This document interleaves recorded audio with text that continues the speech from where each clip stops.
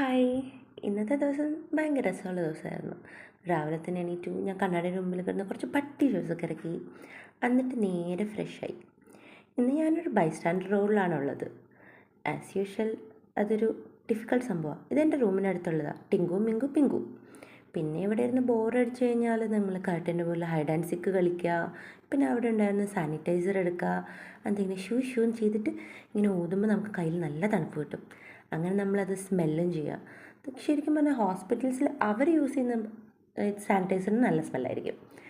നമുക്ക് തരുന്നതിന് ചീത്ത സ്മെൽ. പിന്നെ ഇവിടെ എന്തൊക്കെയോ കുറേ സാധനങ്ങളുണ്ട്. എന്തൊക്കെയാണെന്ന് നോക്കിയിട്ട് പണ്ട് നമ്മളെന്തോ കെമിസ്ട്രി ക്ലാസ്സിൽ പഠിച്ച എന്തോ സംഭവമൊക്കെയാണ്. എനിക്കറിഞ്ഞൂടാ. അങ്ങനെ ഇരിക്കുമ്പോഴാണ് ഫുഡ് വന്നത്.